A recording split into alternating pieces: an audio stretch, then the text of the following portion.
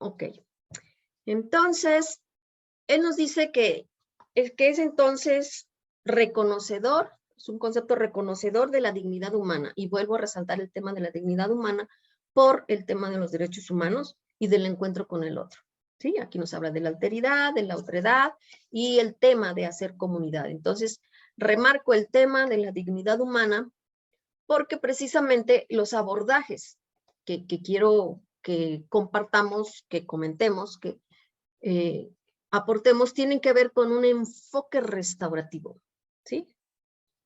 Hemos hablado de justicia restaurativa, práctica restaurativa, pero yo aquí voy a aportarles algo que he identificado dentro de los procesos de investigación académica, un enfoque restaurativo. Hay un enfoque diferencial y restaurativo que tiene que ver con personas en situación de vulnerabilidad. ¿Por qué vamos a hablar de las reglas de Brasilia? ¿Y por qué es importante hablar de las personas en situación de vulnerabilidad cuando hablamos de acceso a la justicia? Hablar de prácticas restaurativas, el enfoque que les comparto tiene que ver con estrategias de prevención social, yo les hablo desde el conflicto, las violencias y el delito. ¿Sí? Con un enfoque de desarrollo humano sostenible, y es la conexión que hacemos con los objetivos de desarrollo sostenible, y en específico el objetivo número 16. Les hablaré de las prácticas restaurativas para la atención de la violencia de género en la Universidad Autónoma de Querétaro. Tenemos nosotros un protocolo donde está reconocido normativamente las prácticas restaurativas. No fue una tarea fácil, como decía ahorita Eduardo, hay en muchos lados todavía resistencia, en algunos también poco conocimiento de lo que son las prácticas restaurativas, y bueno, aquí en la universidad lo logramos, no fue una tarea fácil, pero hoy se encuentra en el protocolo. Y también les quiero hablar de las prácticas restaurativas para fortalecer la convivencia en espacios educativos. Hemos hecho algunas investigaciones y algunos procesos de intervención de promover actividades que tienen que ver con cultura de paz, pero que pueden tener un enfoque restaurativo. Y es así entonces como la propuesta que les hago es hacer esta interrelación entre el derecho, donde tenemos instaurado efectivamente la justicia restaurativa, ¿sí? Los procesos restaurativos, la junta restaurativa como un mecanismo alternativo, y por otro lado tenemos el tema de los derechos humanos, ¿sí? Que ese, con sus características de universalidad, progresividad, tienen entonces cabida en todos los espacios y no necesariamente en el espacio exclusivo del derecho. Y la filosofía del derecho la coloco al centro como precisamente un sustento teórico. Y entonces es lo que nos da posibilidad de poder aplicar la justicia restaurativa cuando no tenemos una norma jurídica específica que lo permita. Hay instrumentos, y seguramente la doctora Mariana abordó este tema, hay muchos instrumentos de carácter internacional y mucho sustento en el ámbito de la filosofía del derecho y desde el enfoque de los derechos humanos, sentencias de la Corte Interamericana, donde nosotros podemos sostener la aplicación de la justicia restaurativa, y algunos ejemplos comentaré a lo largo de mi exposición. Y entonces, ese abordaje restaurativo que ustedes han hecho hasta ahora, creo que lo identifican con la justicia restaurativa. Pero yo hoy quiero hacer un aporte. Ver la justicia restaurativa como un principio. Y como un principio tiene su fuente en la filosofía del derecho y en los derechos humanos. Entonces, aquí esta relación que pretendo compartirles del derecho penal, de lo que vimos ahorita, que es donde nace o donde está anclada en su mayoría la justicia restaurativa, pero que un enfoque de derechos humanos y de filosofía nos va a dar precisamente ese fundamento teórico y ético que nos permite sostener la necesidad, la justificación de poder aplicar justicia restaurativa. Y bueno, algunos de los abordajes que supongo ya conocen, el tema restaurativo se asocia también al concepto junta restaurativa. En México, la junta restaurativa es un mecanismo alternativo de solución de controversias. Lo mezclan dentro de la justicia alternativa, lo cual no es del todo correcto, porque lo último que hemos discutido en algunos de los congresos es separar los mecanismos alternativos que forman parte de la justicia alternativa, de lo que es propiamente la justicia restaurativa. Tiene un enfoque diferente, incluso pueden ser procesos paralelos, no alternativos. Y como vamos a ver más adelante, pueden ser individuales o pueden ser colectivos. Y entonces, vista como junta restaurativa, es una herramienta. La mediación penal también puede ser una herramienta para alcanzar tema restaurativo. Pero aquí les pongo lo que está asociado al término restaurativo. Ustedes vieron ya con la doctora Mariana que es un proceso, que es un programa, que es un campo. Y entonces las propuestas que quiero compartir con ustedes son estas. La justicia restaurativa como un principio, las prácticas restaurativas en el ámbito universitario, un enfoque restaurativo en las sentencias, que es algo que se está dando ya en las sentencias en Colombia, y es un área de oportunidad también para poder solicitar un enfoque restaurativo en diferentes ámbitos. Y bueno, algo de lo que estoy empezando a identificar en este estudio, investigación inacabado de la justicia restaurativa, es hablar de algo que es pedagogía. También hay pedagogía e investigación de la justicia restaurativa y también en algunas ocasiones podemos considerarlo como una metodología. En esto es en lo que yo estoy, insisto, trabajando desde el ámbito de la academia. Y bueno, por eso es que empecé compartiendo un texto. Hay muchísimos textos sobre filosofía. Y uno de ellos es precisamente este que les compartí, que tiene que ver con Bobbio. Bobbio es uno de los autores de teorías de la justicia. Y bueno, ustedes, bueno, sé que no todos están relacionados con el tema de índole jurídico. Pero lo que quiero transmitir de una manera muy sencilla es cómo hay posturas doctrinarias, ideológicas, que afirman un sentido, que le dan un origen al derecho. Y ahí tenemos discusiones enormes. Entonces, hay elementos comunes que resaltan que tiene que ver con la igualdad y la dignidad de los hombres. Esto me lleva en esta obra de Bobbio, que nos habla de los derechos del hombre en su individualidad, voltea la mirada hacia el hombre, pero también a la sociedad. Entonces, estos dos elementos me llevan a hablar de un antecedente de la justicia restaurativa desde el punto de vista de la filosofía, porque me está incorporando también a la sociedad. Me habla de una ética de la autoridad, de una ética de la razón. Y obviamente me habla de tres procesos que pasan para reconocer las normas jurídicas, que es la positivización, que tiene que ver con la forma en que se aprueban o se llevan al orden normativo, que esas normas sean generales, que sean internacionales. Ya dijimos, hay mucho sustento de carácter internacional, pero este elemento que aporta él, que es la especificación, y dice que conduce al paso del hombre genérico, ¿sí?, al hombre en su sentido de hombre. Es decir, ¿cómo vamos a ver aquí a la persona en su dimensión individual? Y esa especificidad de diferentes estatus sociales. ¿A qué voy con esto? Que precisamente en el tema restaurativo tenemos que atender a las particularidades de cada una de las personas. No me gusta utilizar el término partes, porque partes va mucho al término jurídico y estamos tratando de acreditar precisamente que lo restaurativo va más allá del tema penal y más allá incluso de la propia esfera del derecho. Entonces, atender la individualidad y la especificidad de cada persona, eso es importante, y eso en los procesos restaurativos tiene que rescatarse, porque esto nos da un enfoque, lo que le llamamos especial, diferencial, interseccional. Es decir, que tenemos que tomar en cuenta cada una de las condiciones que rodean a la persona en su individualidad y en su dignidad como persona. Y eso sí lo toca y lo aborda la justicia restaurativa, pero tiene su sustento en la filosofía. Otro autor que me da soporte para poder hablar de la justicia restaurativa como un principio es un autor que se llama Ronald Dworkin. Él tiene una obra que se llama Los derechos en serio.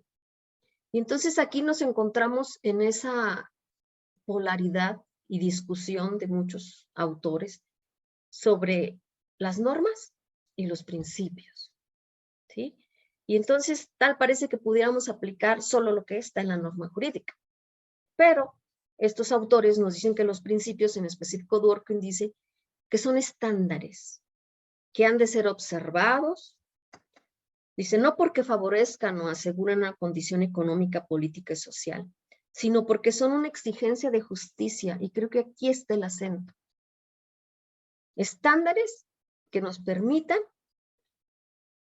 atender esa exigencia de justicia y de equidad. Y si ustedes se fijan, estos son dos conceptos que han estado permeando en los anteriores de la justicia restaurativa, justicia y equidad. Y en una dimensión de la moralidad, a esto me voy al tema ético, al tema de los valores. Hay otro autor, el que conocemos como un referente en la argumentación jurídica, que es Manuel Atienza. Y bueno, él cuando nos habla de la idea regulativa del derecho nos dice precisamente que son ese conjunto de condiciones de la vida en sociedad que satisfacen derechos fundamentales basados, vuelvo a poner el acento, en la dignidad humana. Entonces, esa separación que hacemos o que hemos hecho tradicionalmente entre el positivismo, que son los que defienden la postura de la norma jurídica, contra el justnaturalismo, que son los que conceden el valor precisamente de los derechos de la persona por el solo hecho de ser persona. Volvemos a poner el acento en la dignidad humana. Y bueno, sabemos que el derecho tiene un elemento que le acompaña y que lo hace efectivo, que es la coacción. A diferencia de estos otros modelos de justicia como el restaurativo, donde lo que buscamos es la reflexión, ¿sí? Donde buscamos ese reconocimiento no por obligación, sino por esa convicción y ese proceso interno de reflexión. Y bueno, una forma de ir viendo el derecho no frío solamente como el conjunto de normas jurídicas, porque vivimos en un estado de derecho, no podemos prescindir de él. Uno de los abordajes nuevos que da es precisamente el propio Manuel Atienza, que nos dice que el derecho es una práctica social y que entonces tiene tres componentes. El derecho es cambiante, eso lo identificamos, que hay dos dimensiones precisamente del propio derecho, una que organiza, que es autoritaria, donde está la norma, pero hay otra que tiene que ver con una finalidad y con una cuestión axiológica y de valores. Entonces, eso quiero compartirles. Hay posturas filosóficas, jurídicas, que hoy ven al derecho no solo como el conjunto de normas jurídicas. El derecho también tiene que estar inmerso de estos valores y de estos elementos fácticos. Y entonces dice él que hay una necesaria práctica jurídica con valores morales y con la idea de justicia, ¿sí?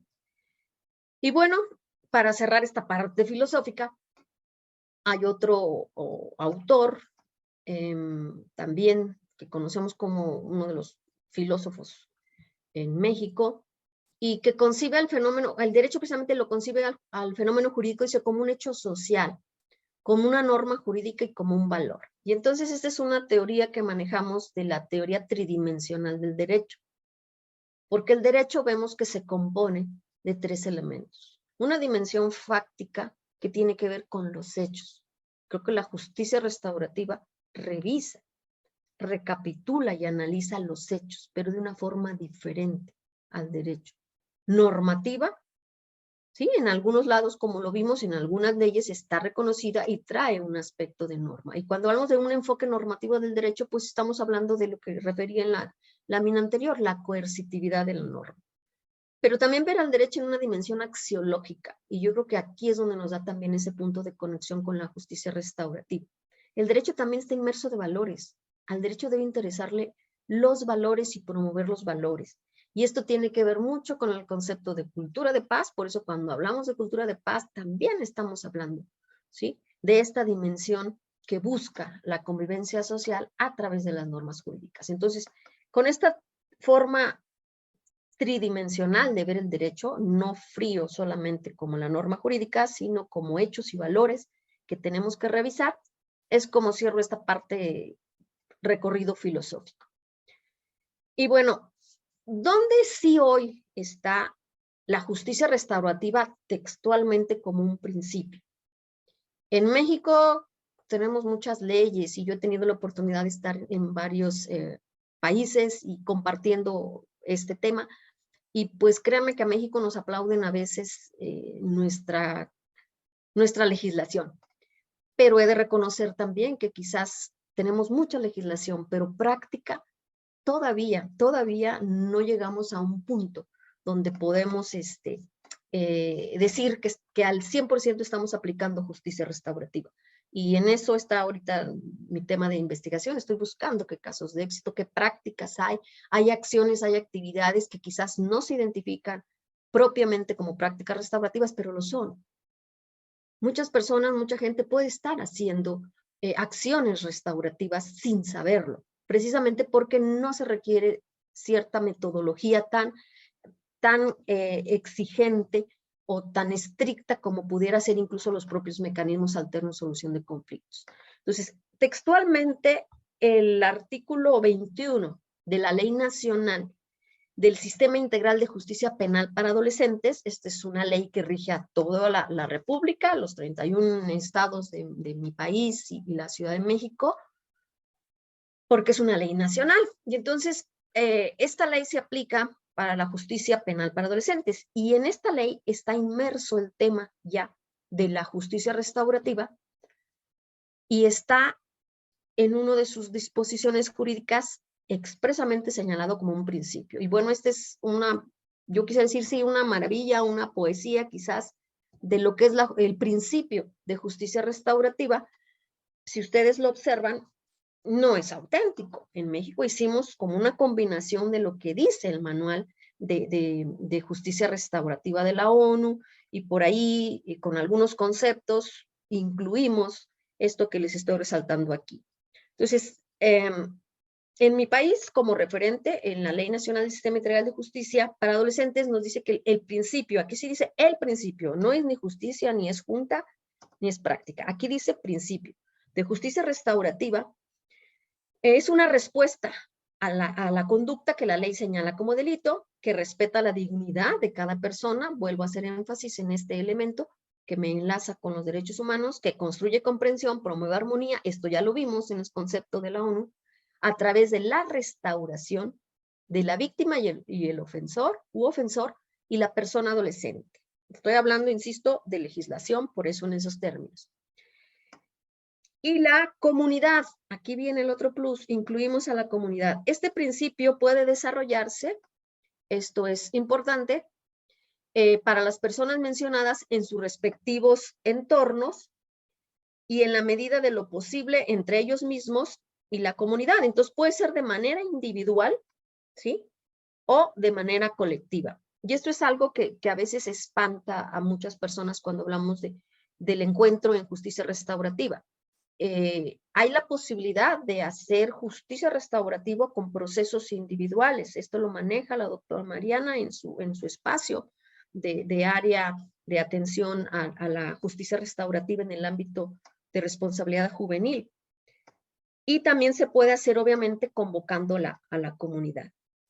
Y dice, en la medida de lo posible entre ellos mismos, a fin de, aquí viene la finalidad, reparar el daño, no solamente reparar el daño, sino comprender el origen del conflicto, las causas y sus consecuencias. Esta parte también es valiosa porque ninguna esfera del derecho dentro de la norma jurídica entra a este abordaje, origen, causas y consecuencias del conflicto.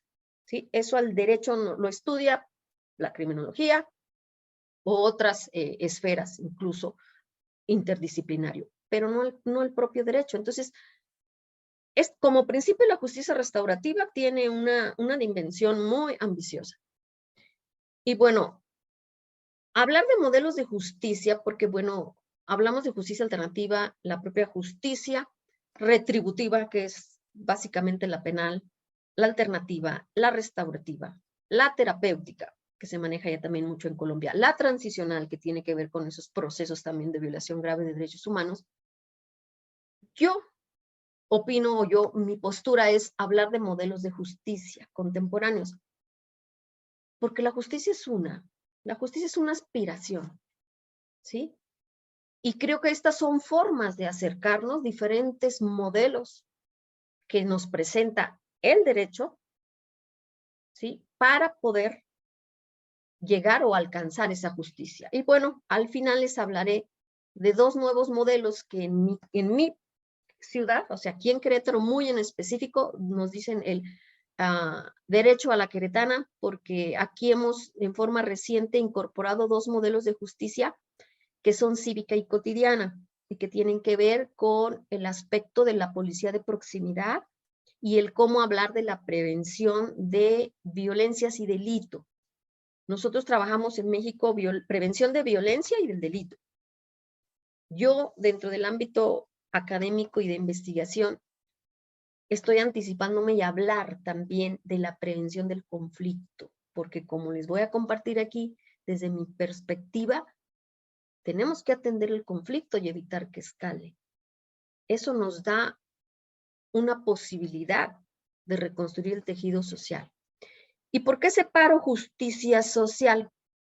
Porque la justicia social no tiene que ver nada con estos modelos de justicia legal o que están insertos en la ley. La justicia social, entonces cuando hablamos de justicia, hay que identificar a qué justicia nos referimos. Y esta justicia social se requiere para lograr la justicia restaurativa, ¿sí? Porque esto tiene que ver con las violencias estructurales, ¿sí? Esto tiene que ver con atender estas desventajas sociales y por eso la importancia de hablar de grupos en situación de vulnerabilidad para poder hablar también de acceso a la justicia, ¿sí?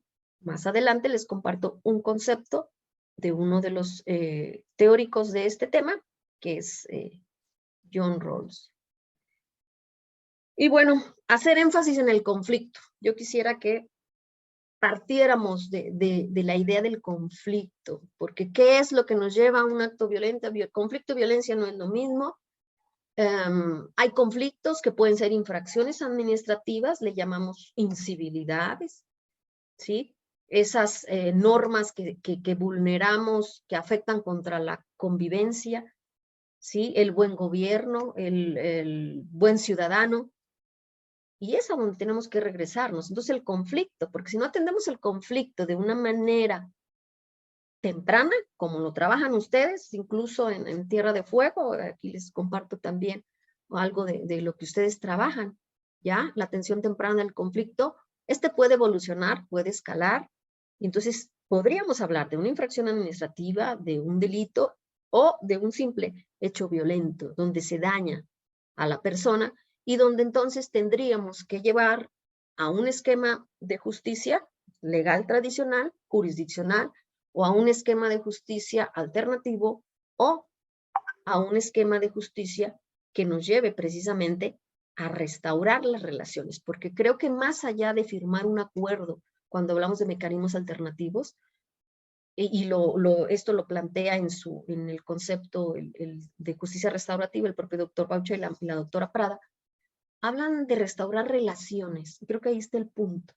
Las relaciones que se lesionan, que se quiebran, que se separan, que se destruyen por un conflicto. Y bueno, aquí en conflictología tendríamos que ver tipos, modelos, enfoques, mapeos del conflicto, técnicas. Hay muchas formas de hablar, porque entonces lo que quiero que visualicemos es esto. Esto es algo que quizás muchos de ustedes conocen cuando hablamos de conflicto. Solo vemos una parte. Y ya vimos que la justicia restaurativa va a atender las cuestiones subyacentes, lo que está abajo. ¿Qué hay abajo? Intereses, necesidades, ¿sí? Entonces vamos a ver nosotros qué necesidades satisfacen la justicia restaurativa, que acá arriba no satisfacen en los modelos de justicia tradicionales. Valores, yo les hablaba ahorita de ese enfoque, de cómo tenemos el tema del derecho, pero también el tema de la convivencia humana tiene que ver con el tema de los valores y sentimientos y emociones. Creo que poco al derecho le interesan los sentimientos y las emociones, como a otros modelos de justicia, en específico el de la justicia restaurativa. Y bueno, entonces aquí está parte de lo que ustedes quizás ya conozcan. Uno de los grandes autores es Joan Galtung, que nos habla de ese triángulo de la violencia. Algunos lo hacen similar al triángulo del conflicto, aclarando que no es lo mismo, porque no todo conflicto es violento, pero sí todo acto violento presume un conflicto. Ni tampoco todo conflicto o acto violento está tipificado o puede llegar a ser un litigio. Hay diferencias en esos rubros. Entonces, arriba lo que vemos está lo que podemos negociar. Y entonces, ¿qué es lo que permea el conflicto y en lo que vemos? Relaciones de poder, intereses económicos, políticos, recursos, derechos, valores, y ahí viene un poco de la tipología del conflicto. Pero abajo lo que no vemos, ahí están las emociones, las cuestiones valorativas también, espirituales, cómo podemos tener diferentes perspectivas, la subjetividad de cada uno de nosotros, las creencias. Eso no se ve, pero sí impacta y sostiene al conflicto. Y esto es lo subyacente, lo que no trabajan otros modelos de justicia y lo que sí toca la justicia restaurativa. Esa es la gran diferencia. Entonces, esto es, arriba vemos violencia directa, ¿sí? Sabemos que la mayoría de las violencias que están tipificadas pues son de naturaleza objetiva. Sin embargo, Galtung dice que hay violencia cultural, ¿sí? Pero también hay violencia estructural. Y aquí me voy al tema de la justicia social. Porque hay muchas personas que no pueden acceder a la justicia por su situación de desventaja social, por condición de raza, de sexo, de edad, de muchos otros factores que los hacen, que les limita poder acceder a un cierto modelo de justicia. Y la violencia cultural que también permea en todos nosotros. Y bueno, entonces, esa violencia cultural más la violencia directa más la violencia estructural es lo que deberíamos entender por la violencia. No solamente lo que vemos, sino lo que está abajo, lo que subyace. Entonces, hablar del conflicto, lo que vemos, lo que está abajo, hablar de violencia, porque algunos conflictos evolucionan a violencia, nos permite hablar de estos esquemas. Y bueno, también hay mucho sobre la escalada del conflicto, y por eso uno de los enfoques que yo comparto con ustedes y quiero dar es precisamente la prevención. Hay, sobre todo en la línea de psicología, estoy trabajando actualmente en un proyecto de una maestría de cultura de paz con compañeros de psicología, es interdisciplinaria, y yo como abogada estoy trabajando ahí en el tema de prevención, y ellos no están de acuerdo en que el conflicto se prevenga. Prevenir para ellos, para esta disciplina, es evitar que el conflicto se dé. Sin embargo, hay muchas formas de abordar el conflicto y una de las formas de ver el conflicto es de forma positiva, como un proceso de transformación. Entonces, ahí donde entra la transformación del conflicto. La criminología y el desarrollo social, como yo les hablaba, el desarrollo sostenible, nos habla de 3 enfoques de prevención, ¿sí? La prevención primaria, secundaria y terciaria, o la que conocen quizás muchos de ustedes como general y particular. Aquella prevención que va de carácter general, ¿no? Cuando damos una plática y pretendemos que un hecho o algo no se dé, pero viene un segundo momento donde puede haber acciones más focalizadas. Y bueno, cuando la conducta ya se dio y queremos evitar que se vuelva a generar, hablamos de prevención terciaria, que es la que se da prácticamente cuando hablamos de sistema penitenciario. Entonces, cuando hablo de prevenir, insisto, hablo de antes, cuando queremos focalizar un poco más la atención o cuando el hecho ya se dio. Entonces, también el tema resolver el conflicto. Aquí tenemos varias perspectivas. Ustedes en el sur hablan de resolución de conflicto, hablan de MARC. Nosotros en México hablamos de MASC. Entonces hablamos de resolver el conflicto, ¿sí? Y en otros lados hablan también de formas autocompositivas del conflicto entre las partes. Y bueno, aquí vamos como un conflicto, si no se atiende, puede convertirse en violencia. Y bueno, aquí es donde tenemos que bajar. Pero, ¿qué necesidad tendríamos, ¿sí?, de llegar hasta esto si nosotros pudiéramos atender de manera oportuna? Ahora, no se pudo. Entonces, aquí en la desescalada, ¿sí?, aquí hay 2 elementos, la atención y el tiempo, es donde podemos nosotros trabajar. Si ustedes se fijan, aquí habla nada más de conflicto. Pero ¿cómo insertar o cómo relacionar el tema del conflicto con el tema restaurativo? Ok, bueno, entonces, y ahora, ¿qué es el acceso a la justicia? Si se fijan, ahorita les hablé de justicia restaurativa y di algunos elementos. El acceso a la justicia, porque ustedes hablan de acceso en alguna de esas latitudes, ahorita les voy a decir dónde, hablan de acceso a justicia, no a la justicia. El acceso a la justicia y su relación con la justicia restaurativa. El acceso a la justicia es un derecho humano y está reconocido en diferentes instrumentos internacionales y en la mayoría de las constituciones contemporáneas también se incluye. Se considera como un derecho de la persona, vuelvo otra vez, ¿sí? Al sujeto en su individualidad, de hacer valer jurisdiccionalmente una prerrogativa, es decir, un derecho que considera ha sido violado, y de acceder a procesos legales ágiles, garantistas, que tiene que ver con respeto a los derechos humanos, y entonces acceder a la justicia es obtener justicia, pronta y eficaz.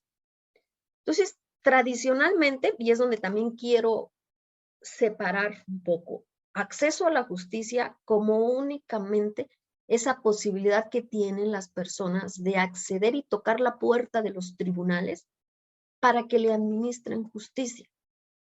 Pero no cualquiera, ¿eh? Una justicia pronta y eficaz. Justicia retardada se dice que no es derecho, ¿sí? Entonces, una justicia eficaz, efectiva, pronta, pero insisto, la que administran los tribunales y tocamos la puerta. Eso es lo que en términos muy sencillos se entiende como acceder a la justicia. Sin embargo, no todas, no todos tienen la posibilidad de tocar esa puerta. Si llegan a tocarla, por supuesto que tienen que abrirla y administrarle esta justicia. Pero hay un tramo enorme para que la mayoría de las personas alcancen a tocar esa puerta. Entonces hay que atender ese tramo para poder acceder a esa justicia legal, y entonces es ese tramo enorme de desventaja social es al que me refiero cuando hablo de justicia social, ¿sí? Entonces esa visión es la que quiero compartirles del acceso a la justicia, que va más allá de tocar los tribunales, así como la justicia restaurativa va más allá del tema dentro del derecho y en específico del derecho penal. Algunas reflexiones sobre el acceso a la justicia en algunos autores y instrumentos internacionales. En el Estado moderno nos dice que es la necesidad de garantizar el acceso a la justicia parte de un reconocimiento y defensa a dicho acceso por parte de todos. Ahí es donde tenemos el problema. Todos, ¿de verdad podemos acceder de la misma forma a la justicia? ¿Podemos garantizar el ejercicio o la ejecución del imperio de la ley y esa seguridad jurídica? ¿De verdad todos podemos llegar a tocar la puerta? Hay, al menos la doctrina dice que hay 3 diferentes formas de ver el acceso a la justicia, y sigo aquí con el tema de la doctrina y nos dice que es el derecho, lo que les decía yo, del acceso a los tribunales. Ese es uno. El derecho al proceso. Y hay una serie de derechos en los instrumentos internacionales, lo del debido proceso, la garantía de audiencia, en el ámbito penal una serie de garantías para el imputado y para la víctima, se compuesto de varios derechos a su vez, y el derecho a una resolución favorable, derecho de acción, por eso les digo, justicia pronta, expedita, efectiva. Entonces, hay muchas dimensiones de la justicia, pero no solo es el acceso a los tribunales. Un rápido recorrido sobre el marco jurídico internacional de acceso a la justicia. La Declaración Universal de los Derechos Humanos como el instrumento punto de origen que habla del catálogo de los derechos humanos, de los principales, la vida, la libertad, la igualdad y demás. En su artículo 8 nos dice que toda persona tiene derecho a ese recurso efectivo ante los tribunales competentes que ampare contratos que violen sus derechos fundamentales. Es lo que vimos al principio, se limita al derecho de poder tocar la puerta de los tribunales. Aquí es donde empezamos a ver de una manera diferente, porque dice en condiciones de plena igualdad. Ahí es donde está el detalle. ¿Cómo garantizamos el derecho a la igualdad de todos? Y lo que yo les decía, cómo todas las personas pueden llegar a tocar la puerta de los tribunales para que le administren justicia. Ahí es donde está la dimensión que no alcanzan todos. Entonces, en condiciones de igualdad, la persona debe ser oída, es la garantía de audiencia, en un tribunal independiente, imparcial, determinación de sus derechos, obligaciones para el examen de cualquier acusación. Sigue siendo jurídico esto. El Pacto Internacional de los Derechos Civiles y Políticos, otro instrumento internacional, no son todos, solamente los enunciaré. También reconoce el derecho de toda persona cuyos derechos o libertades hayan sido violadas. ¿Cuál es el derecho? Interponer un recurso efectivo. La Convención Americana sobre Derechos Humanos reconoce el derecho de toda persona igual a un recurso sencillo, rápido y efectivo. Dice que ampare contra actos que violen sus derechos fundamentales. Para ser efectivo este derecho, no basta entonces con garantizar ese acceso a un recurso. Insisto, esto se traduce en toco la puerta del tribunal y me administra justicia. Y ahí caen todos los serie de derechos que como parte en un proceso me favorezcan. Pero el detalle está en que no todos pueden llegar a tocar esa puerta, ¿sí? Y ahí viene el tema de las violencias estructurales. Un recurso entonces solo se considera efectivo si es idóneo para proteger una situación jurídica y bueno, todo esto es de carácter jurídico. Hay un manual informativo también sobre acceso a la justicia que nos dice que el acceso a la justicia no es un derecho que se refiera privativamente a acceder a procesos desarrollados. Aquí me abre la puerta para hablar de la justicia restaurativa ante los tribunales. Se refiere a todo proceso estatal que puede ser de carácter diverso, no solo judicial. Entonces, aquí ya me está hablando de la justicia alternativa y de otros modelos de justicia que no necesariamente administra un juez. Por lo que debería tener, dice, un alcance, términos y cobertura, pero también esa calidad y eficacia. Este es el verdadero acceso a la justicia. ¿Pero a qué clase de justicia? Insisto, hay que reflexionar cuál modelo de justicia necesita cada persona para poder resolver, si se fijan aquí, habla de conflictos, no habla de violencia, no habla de delitos, no habla de infracciones, habla de conflictos. ¿Cuáles? De toda naturaleza. Y aquí viene el otro elemento que creo que es importante y que nos lleva a los primeros conceptos que les compartí. Equitativa, pronta. La justicia tiene que ser equitativa y tiene que atender a la dignidad de las personas. Entonces, aquí me abre la puerta para hacer un enlace entonces con otros modelos. Entonces, como ustedes ven, hay una serie de instrumentos y normativa internacional que es aplicable siempre y cuando cada estado haya reconocido o ratificado ese tratado, esa declaración, esa convención, puede ser aplicable y podemos nosotros invocarla en una argumentación para pedir un enfoque restaurativo, que es una de las propuestas que les estoy planteando, el enfoque restaurativo. Y bueno, hablar de esas personas que no tienen posibilidad de tocar esa puerta del tribunal a la que me refiero, hay un documento de carácter internacional que se llama Reglas de Brasilia sobre el acceso a la justicia a las personas en situación de vulnerabilidad. Y viene ahí todo un catálogo. Nos define una de las grandes aportaciones de este documento, que está actualizado por ahí en una versión 2018, nos dice que una persona o grupo se encuentra en condición de vulnerabilidad cuando su capacidad de prevenir, resistir o sobreponerse a un impacto le sitúa en una situación de riesgo, no está desarrollada o se encuentra limitada por circunstancias diversas para ejercitar con plenitud ante el sistema de justicia los derechos reconocidos por el ordenamiento. Entonces, este documento internacional me está dando la pauta para identificar que hay grupos de personas que no pueden acceder a la justicia de manera igual que todos y que tienen ciertas circunstancias que le limitan. ¿Qué son estas? Violencias de carácter estructural. Eso que no vemos. Y lo que Galtung nos dice, que la violencia se gesta en la cultura y en la estructura. Por eso la paz, también dice él, se debe resolver atendiendo el aspecto cultural y el aspecto estructural. Entonces, la concreta dice determinación de las personas en condición de vulnerabilidad en cada país, no es igual, depende de sus características específicas. Aquí me regreso a eso que nos decía Bobbio, ¿no? La especificidad de la persona. ¿Y por qué la justicia restaurativa atiende a estas características específicas y necesidades muy específicas de cada una de las personas que intervienen en un proceso? No todo el mundo necesita lo mismo. No todo el mundo quiere lo mismo, ¿sí? Por eso es que la justicia restaurativa tiene que ser así, donde yo tengo que escuchar a cada uno de los intervinientes, donde tengo que escuchar también a la comunidad, porque atiende necesidades, ¿sí?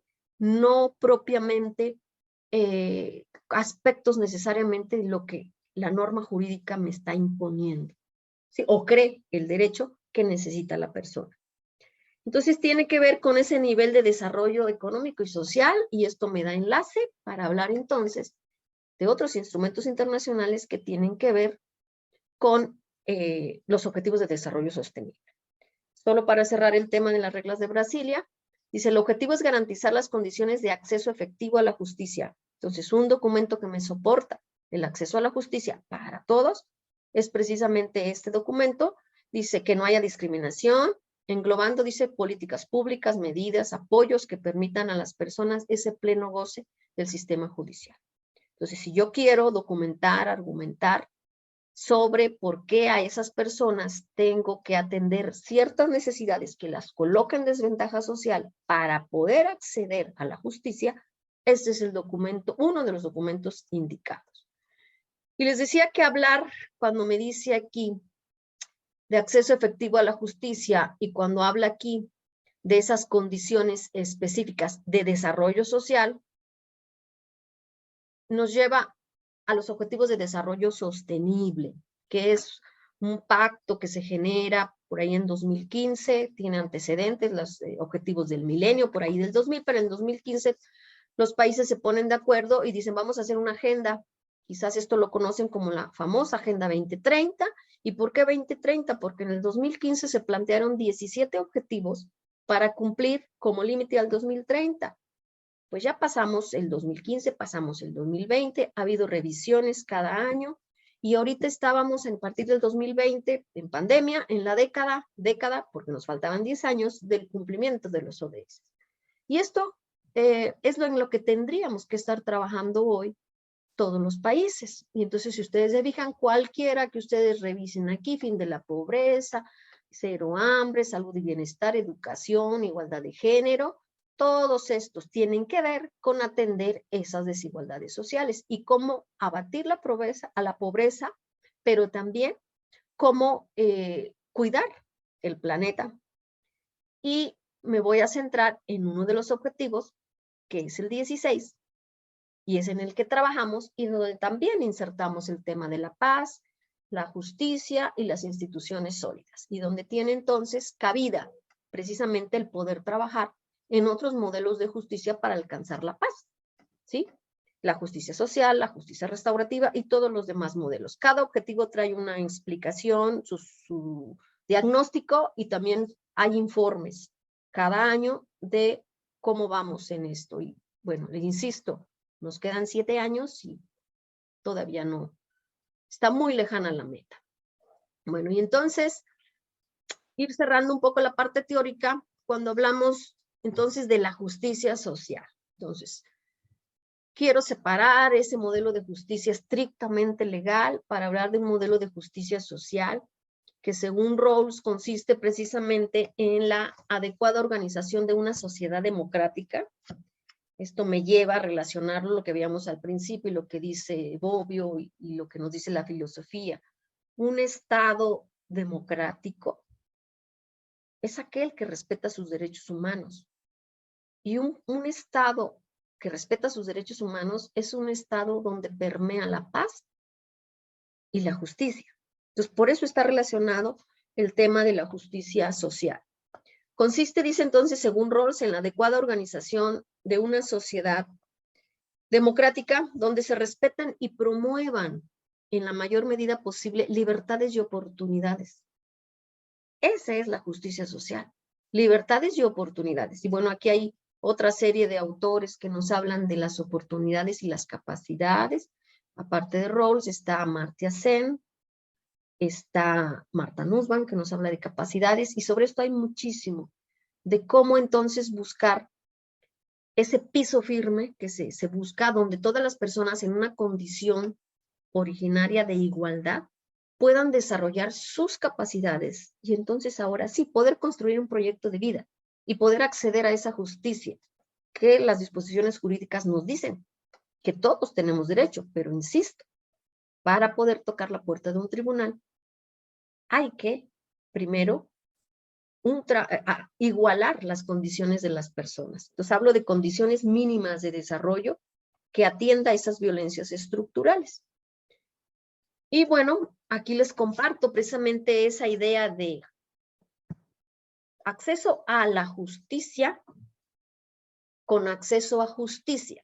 Y esto en palabras de la doctora Silvia Becchi, que ella es directora de atención temprana del Tribunal Superior de Tierra de Fuego de la Antártida e islas del Atlántico Sur, es decir, de Ushuaia. La doctora, he tenido la posibilidad de conocer el lugar, de conocer el modelo que trabajan en la Dirección de Atención Temprana, y ella ha estado también aquí en México, al igual que el doctor Bauché y algunos miembros de la fundación, compartiéndonos precisamente estas ideas de cómo ustedes y estas posturas de cómo ustedes trabajan también el acceso a la justicia. Y ella estuvo aquí también en el 2019 y en una de las entrevistas que le hacen en radio, derivado de una conferencia que nos impartió en la universidad, dice que la importancia y el desafío de estos tiempos del acceso, insisto, acceso a justicia, no a la justicia, porque el acceso a justicia lo identifica ella precisamente con este enfoque de carácter de justicia social. Y entonces dice que para asegurar esta justicia dice, poder asegurar la accesibilidad, aquí voy, a esas personas en condiciones de vulnerabilidad, del alcance para todas las personas, para todas las comunidades, ¿sí? Y para todas, dice, las situaciones donde deban ser atendidas. Dice, digamos lo que representa entender el acceso a justicia desde la atención temprana. Aquí me regreso al tema del conflicto. ¿Cómo evitar que el conflicto escale y que se convierta en algunas cuestiones de mayor trascendencia? Es justamente, dice, evitar que los conflictos escalen, que tengamos solamente que actuar al final de las situaciones, y bueno, pues muchas veces sabemos que no hay vuelta atrás. Y aquí tendríamos que abordar el tema de las dimensiones del daño. Hay daños que no se reparan, hay daños que no tienen precio. Hablamos incluso en derecho y hablamos en justicia restaurativa de reparar el daño. Al igual que la justicia, yo los invito a reflexionar. ¿Qué modelo de justicia? Pero en el daño, ¿qué clase de daño? ¿El daño material? Hay daño inmaterial. Y tenemos alguna luz por ahí en sentencias de la Corte Interamericana de Derechos Humanos para darle un valor. Ustedes saben que cuando el derecho no tiene cómo asignar un valor económico, un precio, le llaman compensación. Y finalmente regresamos al tema económico. Pero hay daños que no se reparan con dinero, ni con dinero. Hay daños que requieren de otro tipo. Y entonces, esa otra dimensión del daño también la trabaja la justicia restaurativa. No necesariamente económicos. Hay reparaciones de daño de carácter simbólico, ¿sí? Los memoriales, el perdón, el reconocimiento de la disculpa pública, el trabajar en algún programa. Esas son otras dimensiones que, insisto, no trabaja necesariamente el derecho. Entonces, esta es la visión de una compatriota de ustedes, una argentina, que habla de acceso a justicia, dando esa dimensión social,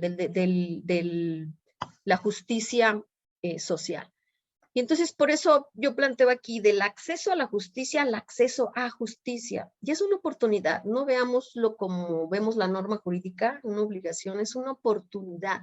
Y creo que la justicia social tiene que ver con esto, en equilibrar esas oportunidades para las personas que con sus capacidades y su interés y su capacidad de resiliencia les permita salir de esa condición de vulnerabilidad para poder acceder realmente a justicia.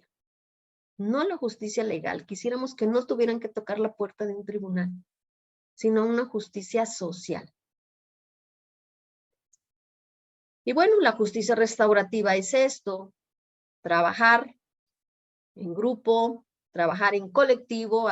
Creo que de la forma en que están ustedes trabajando sus actividades por módulo también es una oportunidad porque el trabajo en colectivo enriquece, ¿sí? El trabajo en colectivo también ayuda a resolver conflictos, a construir acuerdos, pero sobre todo a construir comunidad, y creo que esa oportunidad no la da la justicia restaurativa.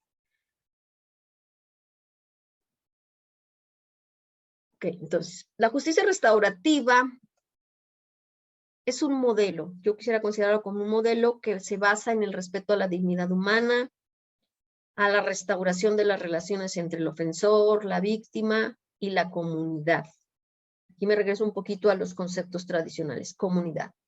Y lo que les acabo de comentar, reparar el daño más allá de lo estrictamente material, ¿sí? No es dinero, no es te doy algo material en compensación, a menos que tenga una dimensión simbólica, pero esas dos premisas quisiera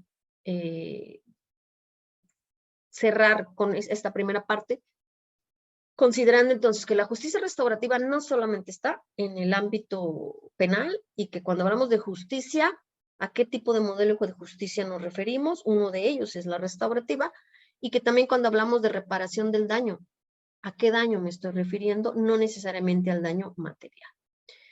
Y bueno, por eso es que justicia en sentido amplio, de esto les habló, entiendo, la doctora Mariana también, la importancia de en este modelo de justicia hablar del diálogo, de una escucha, de un encuentro.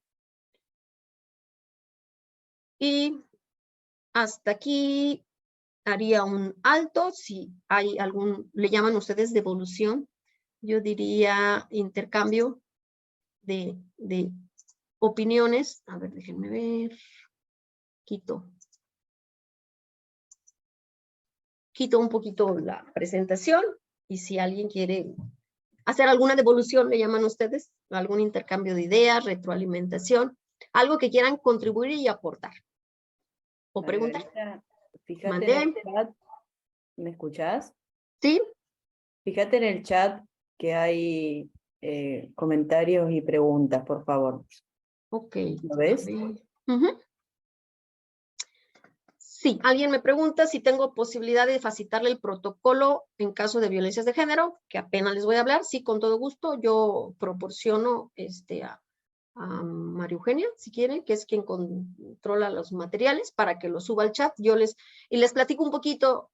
Aún no llego a esa parte, traigo algo aquí más adelante, pero el protocolo de donde se reconocen las prácticas restaurativas ha tenido varios momentos. Yo les dije que no fue fácil. A mí me correspondió hacer la propuesta, obviamente guiado por la doctora Leonora, y con todos los aportes que ustedes tienen en Santa Fe y ahí en Argentina. Me tocó impulsar esta iniciativa, no fue fácil. Quien defiende los derechos humanos en la universidad, que además fue mi maestro, los diálogos eran en el sentido de por qué iba a enfrentar, no encontrar, vean la visión diferente, porque iba a haber iba a enfrentar al ofensor con su víctima, que eso era revictimizar. Y bueno, ahí vemos con las prohibiciones, ¿no? En violencia familiar, que no se puede y no sé cuánto, pero fue una ardua labor de decir precisamente, no necesariamente es el encuentro. Ya vimos que son procesos paralelos y que puede ser procesos de carácter individual. El protocolo se aprobó en 2018, tiene una revisión en 2020, y ahorita en 2023, después de vivir un momento en la universidad, también de un movimiento por casos de violencia de género, se está actualizando. Entonces yo les comparto el documento. Mariana Márquez, con todo gusto proporciono para todos el documento. Las experiencias, dice, de los distintos sectores irán enriqueciendo las prácticas restaurativas al humanizar los tratamientos de los conflictos, al tratar con el otro como un todo con sus costumbres, enseñanzas, enfermedades, vivencias y situaciones, nos dice Mariana Santa Coloma. Efectivamente, creo que el tema de la justicia restaurativa puede darse en todos los ámbitos. Ahorita en la segunda parte les voy a compartir algunos otros espacios donde se está implementando. Incluso yo estoy impulsando prácticas restaurativas, además, no solo en violencia de género que están para atender casos de violencia de género que están en el protocolo, y que hasta ahorita solamente se estaban atendiendo con un grupo de encuentro para hombres, un grupo de encuentro para mujeres, y algunas pláticas que se daban de manera grupal.